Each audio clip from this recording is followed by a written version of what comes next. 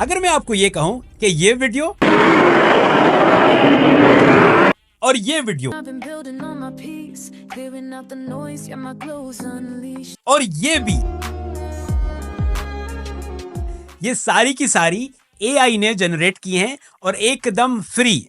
और अगले 30 सेकंड में मैं आपको सिखाऊंगा कि आप किस तरह ये वीडियोस बना सकते हैं। जी हाँ, टिकटॉक ने, जो आपके मोबाइल में डेफिनेटली होगा, उसने अपना एक नया फीचर लाइव किया है जिसका नाम है एआई अलाइव।